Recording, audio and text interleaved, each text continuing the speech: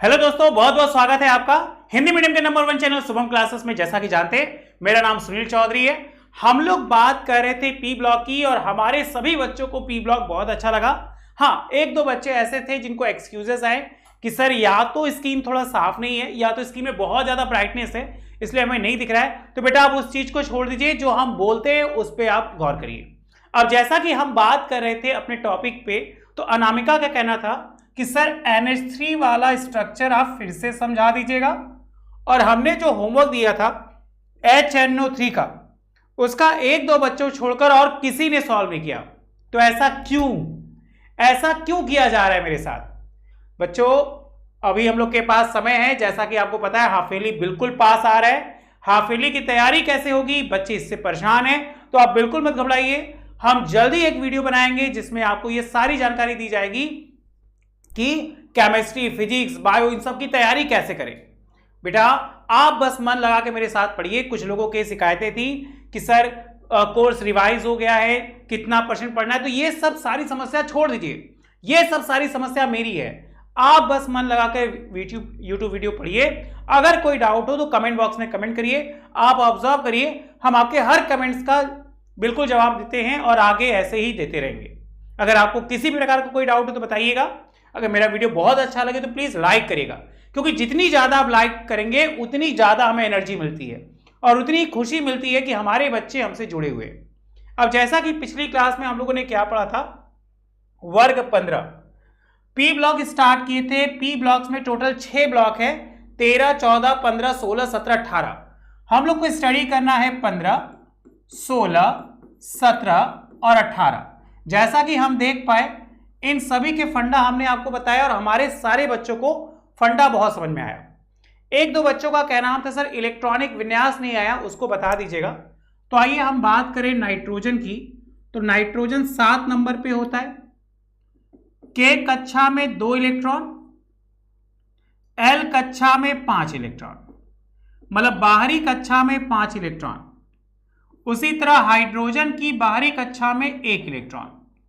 अब हम क्या देखते हैं कि अगर बात होगी नाइट्रोजन की, तो नाइट्रोजन क्वांटिटी में 1 है, हाइड्रोजन क्वांटिटी में 3 है। तो लेफ्ट, राइट और अप 4 होते तो नीचे भी लिखते। नाइट्रोजन की बाहरी कक्षा में 5 इलेक्ट्रॉन, 1, 2, 3, 4, 5। हाइड्रोजन की बाहरी कक्षा में 1 इलेक्ट्रॉन। साइन बदलने के लिए हम इसमें डॉट बना लेंगे। तो ये डॉट हो गया, ये डॉट हो गया, ये डॉट हो गया। तो इस केस से यहां जब मर्ज करेंगे तो ये इसमें ऐसे क्लियर हो जाएगा। तो नाइट्रोजन और हाइड्रोजन के केस में हम क्या पा रहे हैं, ये 2 डॉट आएंगे। ये हमारी संरचना थी किसकी, अमोनिया की, जिसे आपको बताया गया था कि इसे बच्चा लुईस संरचना भी कहते हैं। और अगर हम बात करें HNO3 की, तो ऑब्जर्व करिए, 1 नाइट्रोजन, 3 ऑक्सीजन और OH। तो इसका जब भी स्ट्रक्चर ड्रॉ करिएगा तो नाइट्रोजन को मिड में रखिए, 1 ऑक्सीजन से डबल बॉन्ड फॉर्म होगा, उसके बाद OH। अब जैसा कि OH की बात हो रही है तो यहां पॉजिटिव दिखा दीजिए, और अगर एक पॉजिटिव होगा तो दूसरा बॉन्ड नेगेटिव से ही शो होगा। इसी संरचना को कहते हैं क्या, लुईस संरचना। उम्मीद करते हैं कि हमारे सारे बच्चों को यह संरचना समझ में आई होगी। आइए हम लोग बात करेंगे आगे कि आखिर अमोनिया के बाद नाइट्रिक अम्ल का निर्माण कैसे होता है। नाइट्रिक अम्ल जो है उसको प्रयोगशाला विधि, औद्योगिक विधि में बनाते कैसे हैं। नाइट्रिक अम्ल जो है वो हमारे द्वारा किन किन चीजों में यूज किया जाता है। आ जाइए बच्चों जल्दी से। अगर आपको किसी प्रकार का कोई डाउट हो तो बिल्कुल बेटा कमेंट बॉक्स में जरूर कमेंट लिखिएगा। हमें पता है कि पीपीटी में कुछ चीजें मिसप्रिंट हैं, ये स्कैनिंग करने में हो गया है, लेकिन अब बाकी चीजें आपको समझ में आएंगी, वरना हम बोलेंगे आप वहीं से लिख लीजिए। आपको पता है नाइट्रिक अम्ल क्या, नाइट्रिक अम्ल का फॉर्मूला HNO3। लिखिए, नाइट्रिक अम्ल का निर्माण, नाइट्रिक अम्ल का निर्माण सर्वप्रथम अगर आपको नहीं क्लियर हो रहा है तो हम बोल दे रहे हैं, लिख लीजिए। नाइट्रिक अम्ल का निर्माण सर्वप्रथम ग्लोबर, क्या नाम है इनका, ग्लोबर, इनको हम हाईलाइट कर दे रहे हैं। ग्लोबर ने सन 1658 में सोरे का अगर कोई फॉर्मूला पूछे तो याद रखेगा KNO3, सोरे का फॉर्मूला, तथा सल्फ्यूरिक अम्ल के मिश्रण को गर्म करके किया। अगर बात होगी कि नाइट्रिक अम्ल का निर्माण कैसे हुआ, तो सबसे पहले करने वाले वैज्ञानिक का नाम था ग्लोबर। ग्लोबर ने सन 1658 में सोरे और सल्फ्यूरिक अम्ल, और मेरे बच्चे बहुत अच्छे से जानते हैं सल्फ्यूरिक अम्ल का फॉर्मूला, ठीक है, सल्फ्यूरिक अम्ल के मिश्रण के साथ किया। आइए हम लोग बात करते हैं इसको बनाने की विधि। दोस्तों अगर आप यूपी बोर्ड के स्टूडेंट हो तो आप सभी के लिए गुड न्यूज है। जैसा आप सभी को पता है आपके हाफ ईयरली एग्जाम पास में है और इस हाफ ईयरली एग्जाम के मार्क्स भी इस बार ऐड होंगे। तो इसी को देखते हुए हाफ ईयरली एग्जाम की जबरदस्त तैयारी कराने के लिए अनअकैडमी आपके लिए लेकर आए हैं हल्ला बोल यूपी बोर्ड 2021-22, जिसमें आपको बताया जाएगा कि आप अपने सभी विषयों की तैयारी कैसे करें। हर सब्जेक्ट के एक्सपर्ट टीचर आपको बताएंगे कि उस सब्जेक्ट में आप कैसे 90+ ला सकते हैं, कौन सा चैप्टर आपके लिए इंपॉर्टेंट है, क्या सिलेबस है, कैसे न्यूमेरिकल रिएक्शन कैसे तैयार करना है और कैसे आप अपना रिवीजन करेंगे।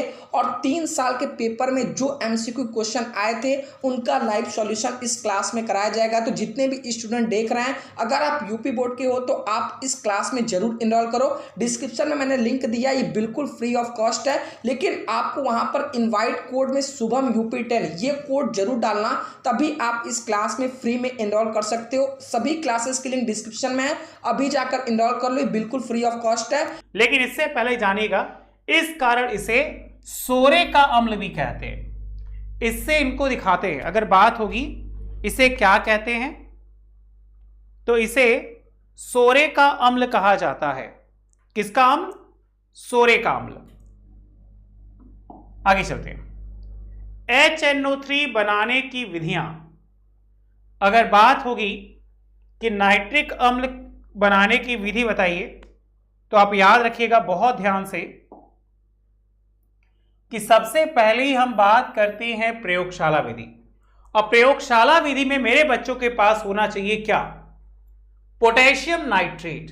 अगर कोई आपसे पूछे पोटेशियम नाइट्रेट का फॉर्मूला बताइए तो KNO3, जिससे या तो ये रख लीजिए या तो इसका छोटा भाई सोडियम नाइट्रेट चिली सॉल्ट पीप्ट, इसका फॉर्मूला NaNO3।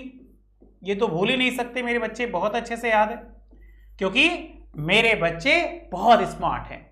और आज जैसा कि देख ही रहे हैं हम लोग स्मार्ट क्लासेस में पढ़ते हैं, इसलिए तो स्मार्ट हैं। क्या है? सल्फ्यूरिक अम्ल की क्रिया द्वारा नाइट्रिक अम्ल का निर्माण किया जाता है। सबसे मोस्ट इंपॉर्टेंट होता है बेटा रासायनिक समीकरण। हम लोग के पास क्या था?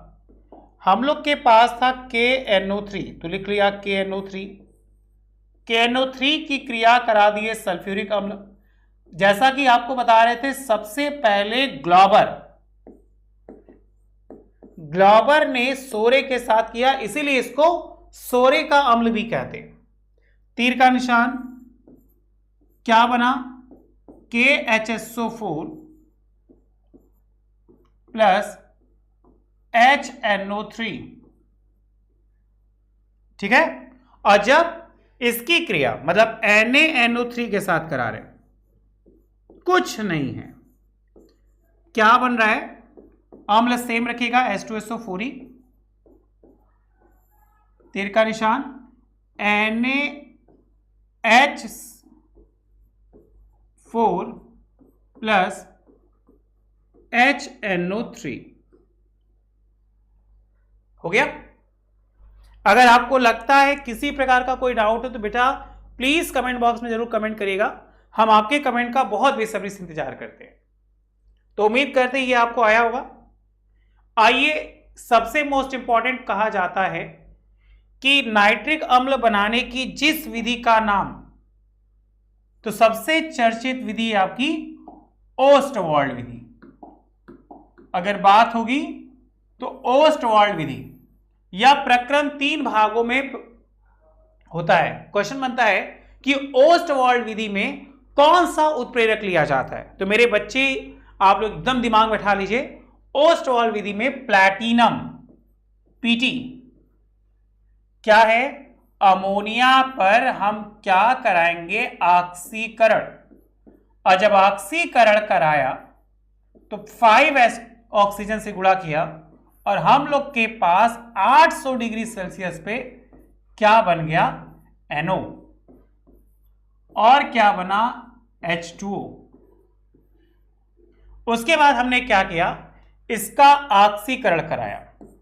देखिए जब ऑक्सीकरण कराया तो हमने क्या पाया, यह ऑक्सीकरण के स्तंभ में मैंने इसको रखा। अगर आपको कोई डाउट होगा तो प्लीज मुझे बताइएगा जरूर कमेंट बॉक्स में। तो 2NO प्लस O2 तीर का निशान 2NO2। अब उसके बाद कुछ स्टेप में है, ये हमारा स्टेप नंबर 1 है, ये उत्प्रेरक कक्ष में रखा था।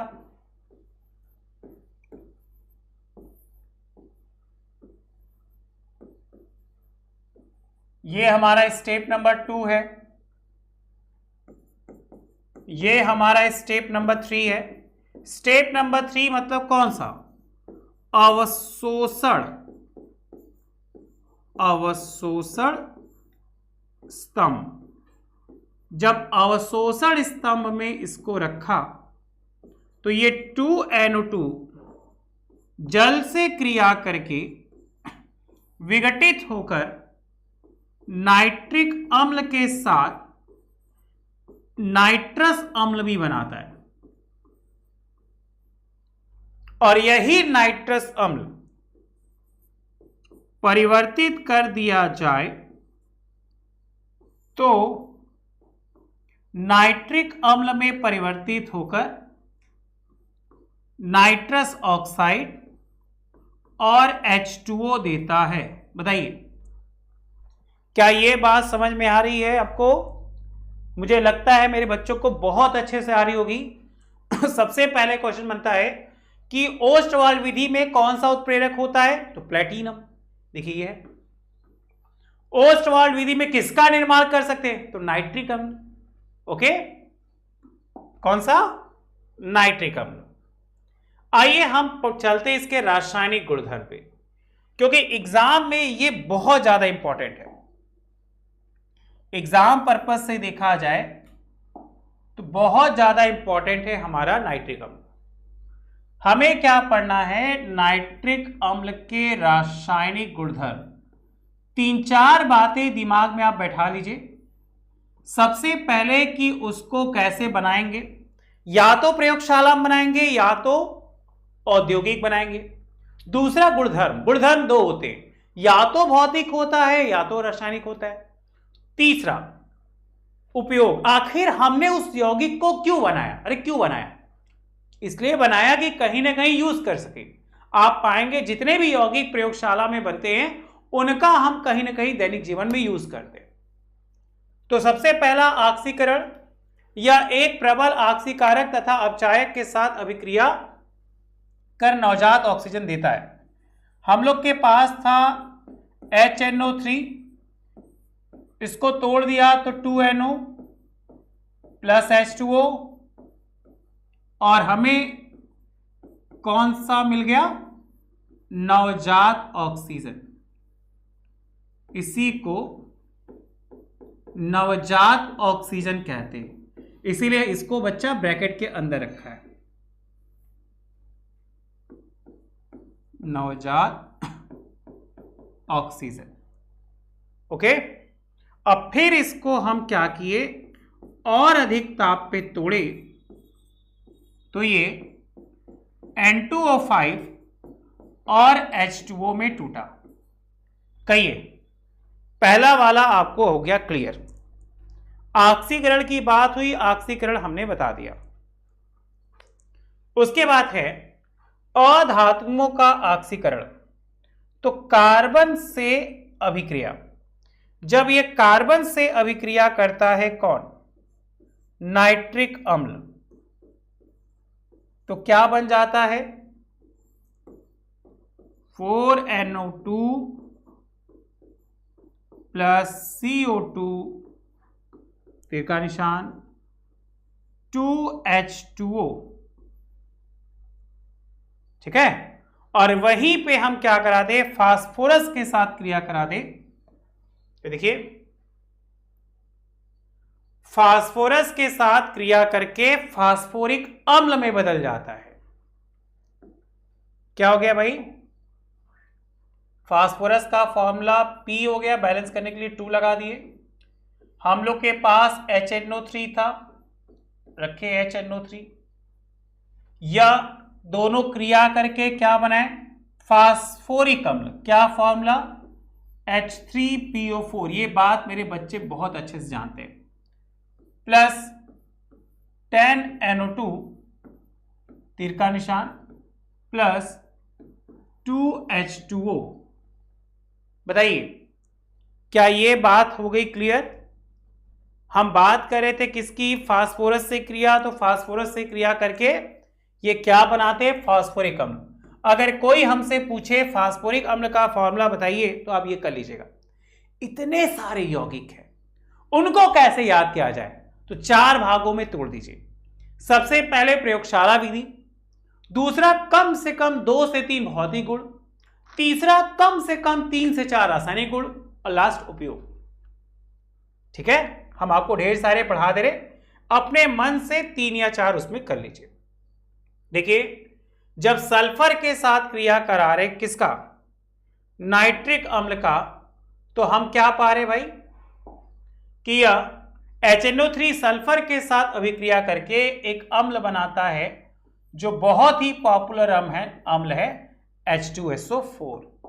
सल्फर का फॉर्मूला S हो गया, जिसको हिंदी में गंधक के नाम से भी जानते हैं। ठीक है, 6HNO3 से गुणा कर दिए, तीर का निशान, फिर क्या हो गया भाई H2SO4 प्लस 6NO2, फिर क्या बना, तीर का निशान, क्योंकि गैस था तो उड़ गया, और बन गया हमारे पास जल। 3-4 ऑक्सीकरण कराया, फास्फोरस से कराया, सल्फर से कराया, ये सभी के सभी अधातु थे। अगर हम क्या करें, धातुओं से क्रिया कराए, तो सबसे पहला ही लेते कॉपर। अब आपको पता है कॉपर की 20% मात्रा कितनी भाई, 20%। तनु या ठंडे से क्रिया कराने पर क्या बना,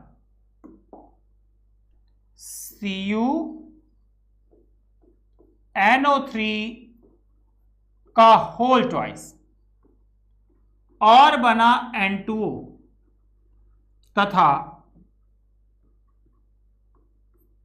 क्या बना, जल। जल देखिए सब में कॉमन चल रहा है।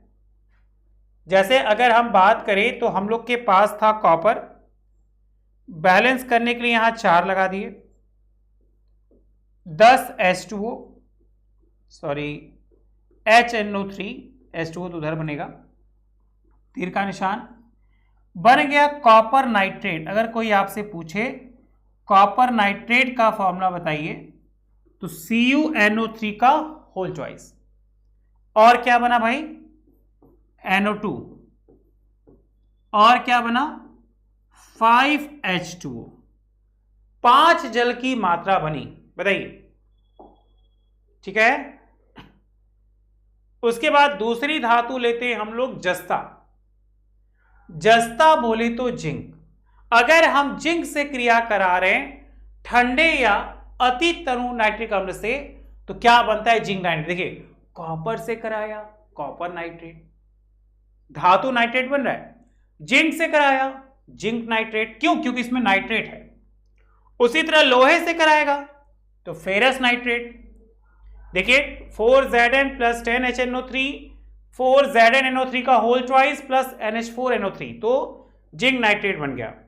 और लोहे से क्रिया करा रहे तो Fe के साथ फेरस नाइट्रेट बन रहा है, easy. Copper copper nitrate, zinc zinc nitrate, और आयरन को फेरस भी कहा जाता है तो फेरस नाइट्रेट। नेक्स्ट चलिए हम चलते हैं नेक्स्ट नाइट्रोजन के बाद फास्फोरस पे। फास्फोरस बहुत ही मोस्ट इंपॉर्टेंट है एग्जाम पॉइंट ऑफ व्यू से, ठीक है। तो हम लोग क्या ले लिए भाई, फास्फोरस। और आपको अच्छे से पता है कि हमारी हड्डियों में फास्फोरस भी होता है। तो हेडिंग बनाइएगा फास्फोरस। कोई फॉर्मूला पूछे तो एक लाइन में कहिएगा P4। अब पता है आपको कि यह हड्डियों, ठीक है, हड्डियों चाहे दांतों चाहे रक्त ब्लड तथा क्या तंत्रिका उत्तक। कौन सा उत्तक भाई, तंत्रिका उत्तक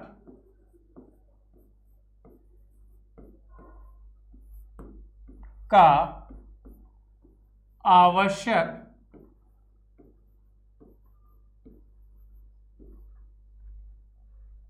अवयव है, आवश्यक अवयव है यह। बेटा एकदम साथ साथ लिखते चलिए, नोट्स बनाइए। जैसा कि हम देख पा रहे हैं हमारे बहुत सारे बच्चे नोट्स बना रहे हैं और कुछ बच्चे बिल्कुल नोट्स नहीं बना रहे हैं। तो बेटा नोट्स नहीं बनाएंगे तो क्या पढ़ेंगे, तो नोट्स बनाते रहिए। क्या है, यह पौधों की वृद्धि। देखिए फास्फोरस पौधों के लिए भी जरूरी, जैसे हम लोग के लिए जरूरी है वैसे पौधों के लिए भी जरूरी है। वृद्धि के लिए क्या आवश्यक है, ठीक है। और अस्थि भस्म मतलब हमारी हड्डी की राख, जो अस्थि भस्म होता है, अगर उसका फॉर्मूला देखें जिसको प्राणी चारकोल भी कहते हैं, क्या प्राणी चारकोल, तो उस अस्थि भस्म में लगभग कोई अगर आपसे पूछे फास्फोरस कितना है तो 80%। प्राणी चारकोल में बच्चा जो फास्फोरस होता है वो 80% होता है, जिसका फॉर्मूला कैल्शियम फॉस्फेट होता है। सबसे पहले एक वैज्ञानिक थे जिनका नाम था शीले। शीले ने 1771 में हड्डी का निष्कर्षण किया और हड्डी की राख से इसे प्राप्त किया। अगर बात होगी सबसे पहले किसने बनाया, या सॉरी सबसे पहले किसने प्राप्त किया, तो एक वैज्ञानिक थे जिनका नाम था शीले, उन्होंने इसे प्राप्त किया। अब जाहिर सी बात है भाई तब के थे, अब तो बचेंगे नहीं, निकल लिए होंगे। सवाल ये होता है कब प्राप्त किया, तो कब प्राप्त किया, 1771 में।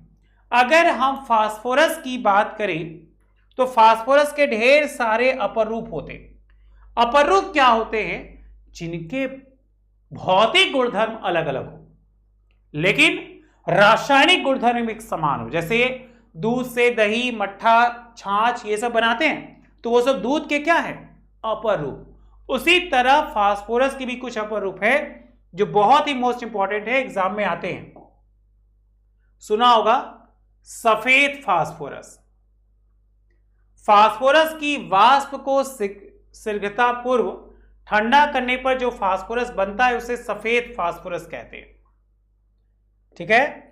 अगर सफेद फास्फोरस की अगर हम बात करें तो आप याद रखिएगा छोटी सी पॉइंट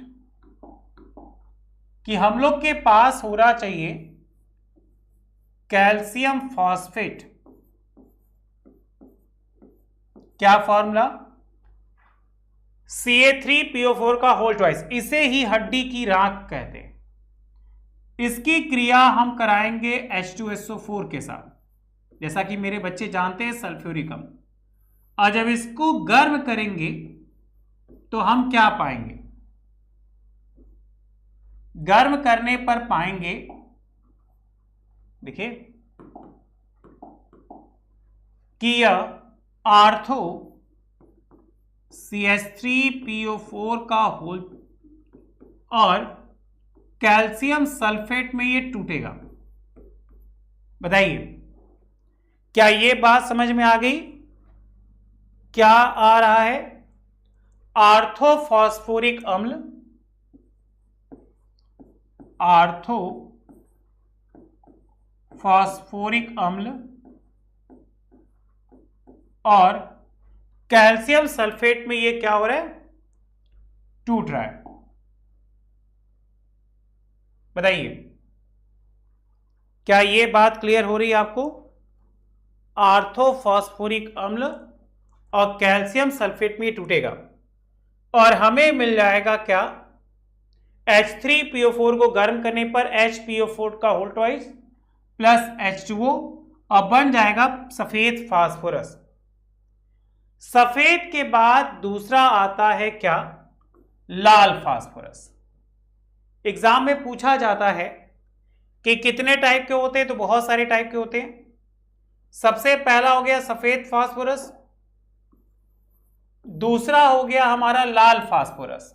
अब चाहे सफेद फास्फोरस हो चाहे लाल फास्फोरस हो, सभी का फॉर्मूला होता है क्या? P4। तो सफेद फास्फोरस को जब 573 केल्विन ताप पर गर्म करेंगे तो क्या मिलेगा? लाल फास्फोरस, क्योंकि हमें क्या चाहिए? लाल फास्फोरस चाहिए।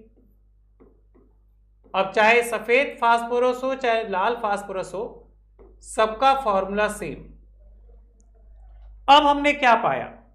ये विषैला तथा ज्वलनशील, मतलब इसको जलाने पर आग निकलेगी, ज्वलनशील, विषैला भी है ज्वलनशील भी है, होता है।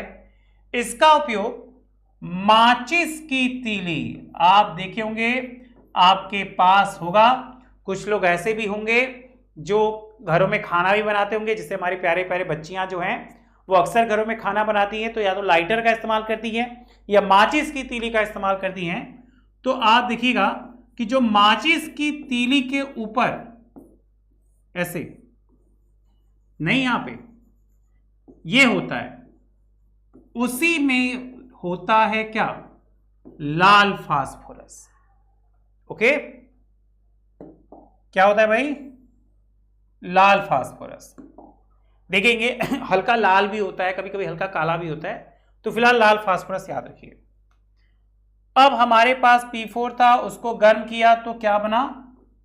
P4 का होल ट्वाइस, N को कर दिया नीचे। ये सफेद फास्फोरस से लाल फास्फोरस में परिवर्तन है। ओके, और आपको बता दे एग्जाम पॉइंट ऑफ व्यू से सफेद और लाल दोनों ही मोस्ट इंपॉर्टेंट है। हमसे बोलेगा संरचना, तो संरचना बहुत ही इजी, क्या? कि चतुष्फल के रूप में बंधी P4 श्रृंखला के रूप में पाया जाता है। कुछ नहीं करना है, आराम से खाली इसको बना देना है। चारों तरफ हमें क्या करना है? श्रृंखला बना देनी है। देखिए, के रूप में पाया जाता है। बस श्रृंखला को आप रोटेट कर दीजिएगा, कुछ नहीं करना है। ऐसे P बना दीजिएगा, यहां पे एक bond, bond bond bond bond bond P, फिर P P और इनको जोड़ दीजिए, बॉन्ड P बॉन्ड P। तो ये चतुष्फलकी संरचना होगी और चतुष्फलकी संरचना होने के साथ फास्फोरस का जो फॉर्मूला है वो P4 लिखा जाता है। सेम इधर भी। अगर आपको वीडियो अच्छा लगे तो नीचे कमेंट जरूर लिखिएगा। अगर कोई डाउट हो तो भी कमेंट जरूर करिएगा, हम आपके डाउट्स का बहुत बेसब्री से इंतजार करेंगे। देखिए फास्फोरस से स्टार्ट किया, सफेद फास्फोरस हो गया, लाल फास्फोरस हो गया। अब लाल के बाद हम लोग चलते हैं क्या, काला। ये हमारा है तीसरा, क्योंकि एग्जाम में फास्फोरस पूछा जाता है और फास्फोरस बहुत इंपॉर्टेंट है। तो लाल हो गया, सफेद हो गया, सफेद के बाद अब हम लोग चल गए किस पे, काला फास्फोरस। तो काला फास्फोरस की दो अवस्थाएं होती हैं, एक अल्फा फास्फोरस और दूसरा बीटा फास्फोरस। इसको याद रखिएगा। अगर बात होगी कि कितनी होती है तो दो, एक अल्फा काला फास्फोरस और दूसरा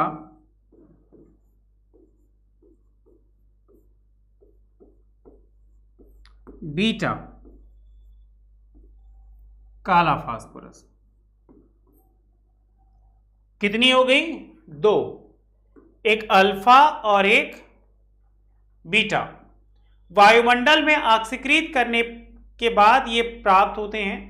आइए इनकी संरचना देखी जाए। इस संरचना बहुत इजी है, आप समझ जाएंगे संरचना को, क्योंकि एग्जाम में दो ही चीज पूछेगा, एक निर्माण बताइए और दूसरी संरचना बताइए।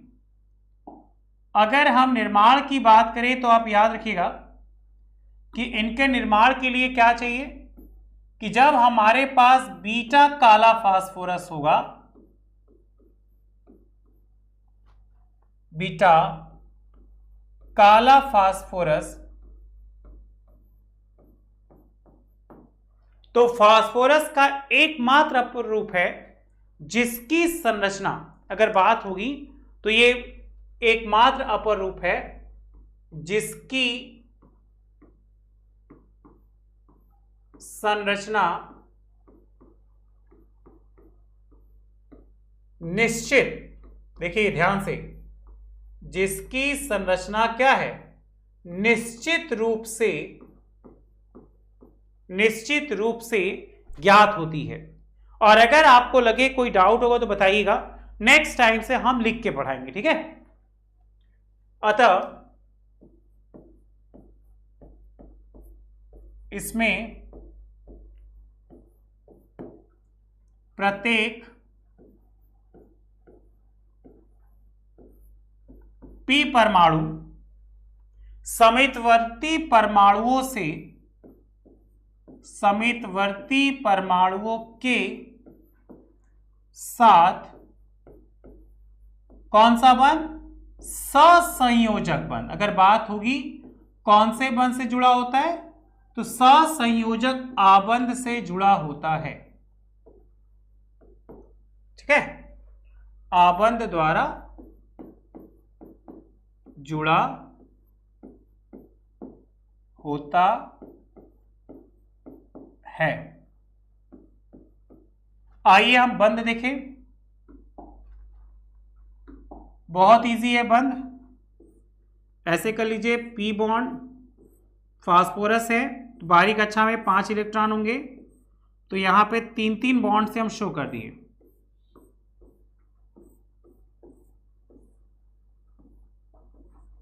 बहुत ध्यान से बेटा आप देखिएगा, उसमें बेसिकली टेट्रागोनल था, यहां हेक्सागोनल संरचना है। पी बॉन्ड को बस ऐसे आपको शो करना है, बहुत ध्यान से, ठीक है, बहुत अच्छे, बस बस बस बस बस समझ गए, ऐसे बना लेंगे। अगर किसी के अंदर कोई भी डाउट होगा तो प्लीज बेटा आप कमेंट बॉक्स में जरूर कमेंट करिएगा। हम थोड़ा सा और आगे चलते हैं। कहा है बीटा काले फास्फोरस की संरचना और कुछ फास्फोरस के यौगिक याद कर लीजिए। जैसे आपको पता है कि फास्फोरस हैलाइड बनाता है, जैसे सबसे पहला फॉर्मूला है PCl3। देखिए बात होगी तो याद रखिएगा, PCl3 बहुत इंपॉर्टेंट है, अक्सर एग्जाम में आ जाता है। PCl3 नाम सुना होगा, PCl5। अगर हम सिर्फ हैलाइड की बात करें तो PBr3 ब्रोमीन है ना, और PI3। उसी तरह फास्फोरस, ये ट्राई था, ट्राई का मतलब होता है 3, और फास्फोरस पेंटा, पेंटा का मतलब होता है 5। तो बस जैसा Br3 था उसी तरह PBr5 और ये PIF5। उम्मीद करते हैं हमारे सभी बच्चों को अभी तक का किसी का कोई प्रॉब्लम नहीं होगा। अगर प्रॉब्लम होगा तो प्लीज मुझे बताइएगा, हम आपके डाउट्स का बहुत बेसब्री से इंतजार करेंगे, ठीक है। अगर फास्फोरस ट्राइक्लोराइड की बात करें तो फास्फोरस 3 संयोजकता, और अगर पेंटा होता तो 5 संयोजकता, तो 3 संयोजकता रूप से PaCl3 बनता है। बनाने की विधि में सफेद फास्फोरस के शुष्क क्लोरीन से क्रिया कराने पर इसे हम प्राप्त कर सकते हैं। आप लिख सकते हैं, बोर्ड से हट गए हैं, बहुत ध्यान से आप इसको लिखिए। कुछ नहीं है, हम लोग के पास क्या था, PCl3 बनाना है, और अगर PCl3 को देखा जाए तो P4 की क्रिया हम करा दिए किससे, क्लोरीन से, तो क्या बन गया, PCl3, मतलब फास्फोरस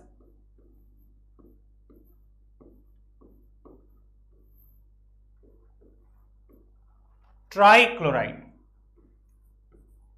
फास्फोरस ट्राइक्लोराइड। बताइए, मतलब सफेद फास्फोरस पर जब थायोनील क्लोराइड से क्रिया कराएंगे तब क्या बनेगा। अगर हम बात करें थायोनील क्लोराइड की तो इसका फॉर्मूला देखिए बोर्ड पे, क्या है भाई, थायोनील क्लोराइड SOCl2, बैलेंस करने के लिए 8 से गुणा कर दीजिए, तो 4 PCl3 plus 4 SO2 plus 2 S2Cl2 का फॉर्म बनेगा। ये तो इसके भौतिक गुणधर्म थे, और भौतिक गुणधर्म के द्वारा हमने इसको बनाया। अगर रासायनिक गुणधर्म की बात करें तो देखिए, रासायनिक गुणधर्म, जल से क्रिया कराएंगे तो PCl3 जल से क्रिया करके HCl और फास्फोरस अम्ल बनाएगा, और जब हम एथेनॉल से क्रिया कराएंगे तो बच्चा एथेनॉल से क्रिया करा के ये एथिल क्लोराइड और फास्फोरिक एसिड बनाएगा, ठीक है। उसी तरह अगर हम एसिटिक अम्ल से क्रिया कराएंगे तो PCl3 बनकर एसिटिल क्लोराइड और हाइपोफॉस्फोरिक एसिड बनाएगा। ये तो PCl3 की बात थी। अगर हम बात करें बच्चा PCl5 की, तो ध्यान दीजिएगा, PCl5 क्या है, मतलब फास्फोरस पेंटाक्लोराइड। इसको बनाने के लिए प्रयोगशाला में PCl3 के साथ हमें क्लोरीन गैस की क्रिया करानी है। तो जब PCl3 की क्रिया क्लोरीन गैस के साथ करा रहे हैं तो जैसे जैसे इसको ठंडा करेंगे तो मुझे मिल जाएगा क्या, PCl5। उम्मीद करते कि मेरे सभी बच्चों को यह बात समझ में आई होगी। अब PCl5 को श्वेत P4 के साथ शुष्क क्लोरीन कराने पर हमें बना क्या, देखिए ये क्या बना भाई, P4 10Cl2 4PCl5। रासायनिक गुणधर्म की बात करें तो सबसे पहले जल से क्रिया कराएंगे, और जल से क्रिया कराकर आर्थोफॉस्फोरिक अम्ल बनेगा। उसके बाद जब PCl5 को तोड़ेंगे तो PCl3 और क्लोरीन गैस बनेगा। चलिए नेक्स्ट हेडिंग आप दे दीजिएगा, फास्फीन। कौन सा यौगिक, फास्फीन। अगर कोई फास्फीन का फॉर्मूला पूछे तो आप कहिएगा PS3। फास्फीन की खोज 1783 में एक वैज्ञानिक थे जिनका नाम था जैन गैम्बर। इन्होंने क्या किया कि पेड़ पौधे और अन्य कार्बनिक पदार्थों के सड़ने से जो दलदली स्थानों से फास्फिन गैस होती है उसे वायु में जलने के दौरान चमक प्राप्त की। प्रयोगशाला विधि में फास्फिन सफेद फास्फोरस को CO2 के साथ क्रिया किया और बन गया क्या हमारे पास फास्फिन गैस। कैसे? ऐसे 3NaOH प्लस 3H2O, NaH2PO2 और PS3। और जब धातु सल्फाइड से क्रिया कराया तो बना ये कि धात्विक फास्फाइड को जल या अम्लों के साथ अपघटित करने पर फास्फिन गैस प्राप्त हुई। इसके रासायनिक गुणधर्म आप देख सकते हैं। सबसे पहली है विलेयता, तो यह अमोनिया के साथ मिल जाएगा और अमोनिया के साथ मिलकर अत्यधिक विलेय नहीं होता, लेकिन जलीय विलयन इसका उदासीन होता है। अपघटन या 440 डिग्री सेल्सियस पर टूटकर लाल फास्फोरस में बदल जाता है। देखिए PH3 को तोड़ा तो P4 और 6H2O बन गया और जलाने पर फास्फोरस पेंटाऑक्साइड और अम्ल निकला। कुछ बातें जिसको एकदम दिमाग बैठा लीजिए। PH3 की संरचना की बात करें तो PH3 एक सहसंयोजक अणु है जिसमें P परमाणु को एकांकी इलेक्ट्रॉन युग्म, ठीक है, इस प्रकार पाएंगे और ये इसके हो जाएंगे अम्ल। देखिए ये हो गया 93 डिग्री। अगर बात होगी तो 3 सिग्मा 1 पाई sp3 संकरण, समझ में आई? 3 सिग्मा और एक लोअर बन। चलिए संकरण देख लीजिए आप, हाइपोफॉस्फोरस अम्ल का संकरण देख लीजिए। ये सारी चीजें आप एकदम दिमाग बैठा लीजिएगा। ये पायरोफॉस्फोरस अम्ल का संकरण देख लीजिए। ये सारी की सारी चीजें एग्जाम में आती है इसलिए आपको दिखा दे रहे हैं कि एकदम दिमाग बैठ जाए। ऑर्थोफॉस्फोरिक अम्ल देख लीजिए। हमसे पूछा जाएगा भारकता ऑक्सीकरण संख्या। मेटाफॉस्फोरिक अम्ल का संकरण देख लीजिए, ठीक है। पायरोफॉस्फोरिक अम्ल का संकरण देख लीजिए। एक एक नंबर के क्वेश्चन आते हैं। अब नेक्स्ट हेडिंग आप बना दीजिएगा समूह 16। ये हम लोग पढ़ेंगे नेक्स्ट क्लास में और उम्मीद करते कि हमारे सारे बच्चों को आज की संरचना और आज की टॉपिक बिल्कुल क्लियर होगी। नेक्स्ट क्लास में हम लोग मिलेंगे तो समूह 16 की बात करेंगे। आज के लिए इतना ही। Thank you so much, bye bye. घर पे रहिए, स्वस्थ रहिए, मस्त रहिए।